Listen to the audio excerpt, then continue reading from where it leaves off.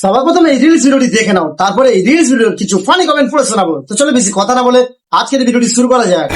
कब तक जवानी छुपाओगी रानी, मुरब्बी मुरब्बी कब तक जवानी छुपाओगी रानी। तो चलिए शुरू करते हैं। মুরব্বি কামটা কি করলো? সাথে আমার বাল ছেঁড়া গেল।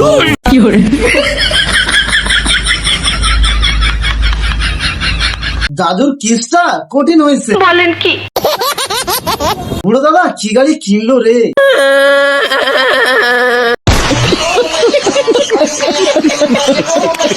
নানার কপাল কত ভালো, सही पकड़े हैं। চাচার জীবন পুরো সার্থক। নিঃসন্দেহে তুই ঠিক কথা বলেছিস।